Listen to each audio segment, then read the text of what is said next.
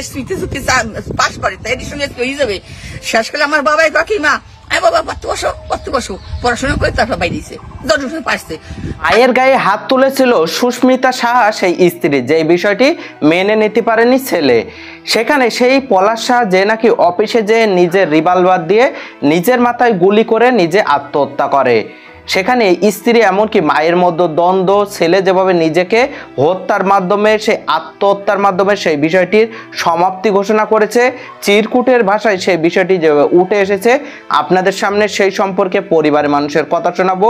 শুনলে আপনার চোখ দিয়ে পানি চলে আসবে। সেই পলাশ সাহার জীবনের গল্প, ভিডিওটি দেখতে থাকুন। চলুন সরাসরি মূল ভিডিওতে চলে যাই। আসসালামু আলাইকুম, নতুন একটি ভিডিওতে স্বাগতম। আমি রহমান। আপনি যদি আমার চ্যানেলে নতুন হয় তখন অবশ্যই চ্যানেলটি সাবস্ক্রাইব করে পাশে থাকা অল নোটিফিকেশন বেল আইকনটি অন করে দিবেন। ইতিপূর্বে চ্যানেলটি সাবস্ক্রাইব করে থাকলে আপনাদেরকে অসংখ্য ধন্যবাদ। 37তম বিসিএস থেকে পুলিশে আসা, সেখানে সিনিয়র সহকারী পুলিশ সুপার হিসেবে যেভাবে চট্টগ্রামের র্যাবের 7 অফিসে তার সেই কর্মস্থল, সেখানে যেভাবে নিজে মা এমনকি স্ত্রী সুস্মিতা সাহার মধ্যে দ্বন্দ্ব, মা কেন তার সেই ছেলের বাড়িতে থাকে, মাকে কেন সেই ছেলে সেই পলাশ সাহা গ্রামের বাড়িতে পাঠিয়ে দেয় না, যার বিষয়টি নিয়ে সেই মা পাগল ছেলে সেই বিষয়টি মানতে নারাজ। স্ত্রীর সাথে 2 বছরের সেই সংসার জীবনে যেভাবে 6 মাস পর থেকে দ্বন্দ্ব তৈরি হওয়া, এমনকি এক পর্যায়ে যেভাবে নিজের রিভলভার দিয়ে নিজের মাথায় গুলি করে সেই পলাশ সাহা সেই বিষয়টির সমাপ্তি ঘোষণা করেছে। চলুন প্রথম স্থানে মানুষ, পরিবারের মানুষের কথা শুনে আসি, তারপর সে সম্পর্কে তথ্য জানাবো। পাস করে তাই এডিশন এসপি হয়ে যাবে। শেষ করে আমার বাবাই কাকিমা বাবা পড়তে বসো পড়াশোনা করে তারপর বাইরেছে 10 পারছে। আমি ডান্ডি পড়াইছি, বলতে চাই তোর সরাই বাগাই নিয়ে আসতো। আমি না বাবা পড়ো, সারা জীবন শান্তি করতে পারবা, পড়ো। চাকরি প্রমোশনের জন্য সে লেখাপড়া করছে। সে এডিশনাল এসপি, সে এডিশনাল এসপিতে পরীক্ষায় পাশ হয়ে গেছে। 2 দিন পর এডিশনাল এসপি চেয়ারে বসবে, বউ পড়তে দেবে না। আর আমি বলছি না, এই এডিশনাল এসপি তুমি তো না হইতে তোমার আমার এই যে এত কষ্ট 20 বছরে সব জ্বলন হয়ে যাবে। আর বউ চাইছে ওরা সরাই নিতে, ও না করে না করলো, ও তোর স্বামী জ্ঞান করে না, এগুলো বদমাইশ।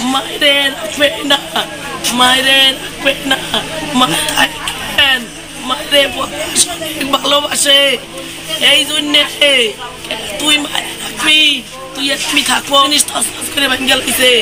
প্রত্যেকদিন জোর করতো, চুল ধরে দিয়ে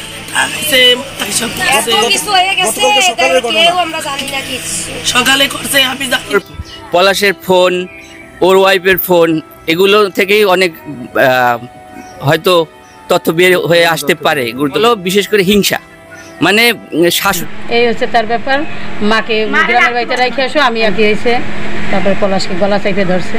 প্রায় রাগ হইলে ছাদে চলে যায়, লাভ দেবে, ঝাঁপ দেবে, এই কামড় দেয়। ও চলে যাবে, ওর একটাই দাবি শাশুড়ি থাকবে না। মানে তার সে চাইতো তার শাশুড়ির বাসায় না। হ্যাঁ, শাশুড়ি গ্রামে যাবে, ও থাকবে। তো এই যে হঠাৎ করে যে বের হয়ে গেছে, এটা শোনার পর আমি অতটা রাগ হইনি। গভীর শোকা হতো যে আমরা মেনে নিতে পারতেছি, তার এরকম মৃত্যু আমরা আশা করি। ছেলে ভালো ছিল, পড়াশোনা করছে, ভালো ভালো চাকরি পেয়েছে, মেধাবী। আব্বা একজন প্রাইমারি হাই স্কুলের টিচার ছিল, বিনয় স্যার, আমরা তার দ্বারা পড়ছি, বুঝলেন, খুব ভালো মানুষ ছিল। আর ফ্যামিলি ওই কাকি ওরা এসে বলতো যে বউটা খুব একরোখা ছিল, সেপারেট থাকতে চাতো, শাশুড়িরই পছন্দ করতো না, ভাই ব্রাদার এদের সাথে কোনো সম্পর্ক থাকুক সে সেটা চাইতো না। এই হলো মেইন সমস্যা ছিল, এই নিয়ে পলাশের সাথেই আর কি দ্বন্দ্ব থাকতো। আর কইলো আর মারে বলো খুব ভালোবাসতো। হ্যাঁ, ওই বউটাই দেখতে পারে নাই, তোমার মারে আনছো কেন বাসায় থুইয়েছো? হ্যাঁ, আর মা কান ওই ছেলেটা কইতো আমার মার চোখের জলে আমি এত দূর গেছি, আমার মার চোখের জলে এত দূর গেছে, আমার মারে ফেলান যাবে না। আমার মামা মানে কেমন ছিল, আমার মাকে, আমার দিদিমাকে যতটা ভালোবাসতো তার স্ত্রীকে ঠিক ততটা একদম সমান। এখানে কোনো বাটখাদে মাপার উপায় নাই যে দুইজনকে সমানভাবে ভালোবাসতো, এর কোনো ব্যত্যয় হইতে পারে না। এটা মামার স্ত্রী নিতে পারতো না যে কেন সে তার মাকে এত ভালোবাসবে, এটা নিতে পারতো না। আর সব সময় সে চাইতো যে দিদিমা গ্রামের বাড়িতে চলে আসুক, সে একা একা শান্তি করে সব কিছু করবে, সব খাবে, সব কিছু নিয়ে থাকবে। পলাশ যথেষ্ট ভালো ছেলে ছিল, আমাদের এলাকায় পলাশ যথেষ্ট ভালো ছেলে ছিল। হ্যাঁ, এরা 3 ভাই যথেষ্ট ভালো ছিল, খুবই ভালো আচরণ করে, কোচিং করাইছে। আর ওই পলাশের আর এক ভাইরে ওই লিটন মাস্টার লেখাপড়া শিখাইছে, অনেক পরিশ্রম করে লেখাপড়া শিখাইছে।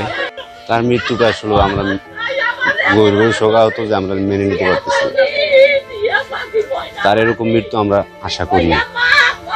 তার মতো একটা ছেলে এভাবে চলে যাবে আমরা মানতে পারতেছি না। হ্যাঁ, চলাফেরা খুব ভালো ছিল, মানে এমনি যেটুকু সম্ভব না, বুঝছেন। পলাশ এলাকার একটা কৃতি সন্তান এবং এর বাল্যকাল থেকে আমরা চিনি। এ অনেক ভালো মনের মানুষ ছিল, ভালো একটা ছেলে ছিল, অনেক ভালো ছাত্র ছিল, অনেক ভালো লেখাপড়া করছে। এর মা অনেক কষ্ট করিয়া এই ছেলের লেখাপড়া করাইছে, বড় ভাই টিউশনও করাইয়া অনেক কষ্ট করিয়া এদের লেখাপড়া করা। আমাদের গ্রামেরই ছেলে, ওর ও ছোট থেকে এই গ্রামে বড় হয়েছে। পলাশ একদম ভালো ছেলে এবং সে কখনোই তার অনৈতিকবাচক তার কাজ কখনোই এখানে হয় নাই। আমরা পলাশকে নিয়ে সবসময় গর্ব করছি। পলাশ আমাদের শুধু তারাশি গ্রামেরই গর্ব না, পলাশ সারা কোটালীপাড়ারই গর্ব ছিল।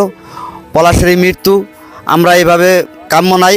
আমরা পলাশের মৃত্যুর সঠিক তদন্ত। পলাশে মারছে, আমি তো অবাক, এটা কি হয়তো হাতাহাতি এটা সেটা করছে তো মারছে, আমি ওইভাবে মন খারাপ হয়েছে। পলাশ যে নাকি দক্ষতা, এমনকি কর্ম দক্ষতার মাধ্যমে নিজের অবস্থান, এমনকি বিসিএস থেকে 37তম বিসিএসে যেভাবে পুলিশে সেই কর্মস্থল হিসেবে পরিচয়, এমনকি যেভাবে সেই কর্ম দক্ষতায় নিজের পরিচয় দিলেও সেখানে সংসার জীবনে 2 বছর পূর্বে যেভাবে সুস্মিতা সাহার সাথে বিবাহ বন্ধনে আবদ্ধ হওয়া, কিন্তু মা যেভাবে সেই সন্তানের সামনে যেভাবে তার সেই পুত্রবধূ দ্বারা গায়ে হাত তোলার বিষয়টি মানতে নারাজ সেই ছেলে যে নাকি নিজে রিভলভার দিয়ে নিজেকে গুলি করে যেভাবে আত্মহত্যা করেছে, এমনকি সেই চিঠির ভাষায় ছিল তার স্ত্রীকে যেন সকল স্বর্ণ অলংকার দেয়া হয়, এমনকি মায়ের দায়িত্ব থাকবে 2টি সন্তানের ওপর, অন্য 2 ভাই সেই মাকে দেখাশোনা করবে। কিন্তু নিজে যেখানে কোনোভাবে সেই পরিবারের স্বাবলম্বন এমনকি অবলম্বন হতে পারলো না বলে নিজের আগে ক্ষোভে যেভাবে সেই বিষয় নিয়ে না পেরে নিজে যেভাবে আত্মহত্যা করে, স্ত্রী এমনকি মায়ের মধ্যে সেই দ্বন্দ্বে যেভাবে সেই ছেলে নিজের জীবন দিয়ে সেই বিষয়টি সমাধান করার চেষ্টা করেছে, অবশ্যই সেটার কতটা কষ্টদায়ক সেই সম্পর্কে আপনাদের তথ্য মন্তব্য কমেন্ট বক্স জানাবেন। সকলে সচেতন থাকবেন, পরিবার নিয়ে ভালো থাকবেন, সুস্থ থাকবেন। দেখা হবে পরবর্তী অন্য কোনো ভিডিওতে, সে পর্যন্ত আল্লাহ হাফেজ।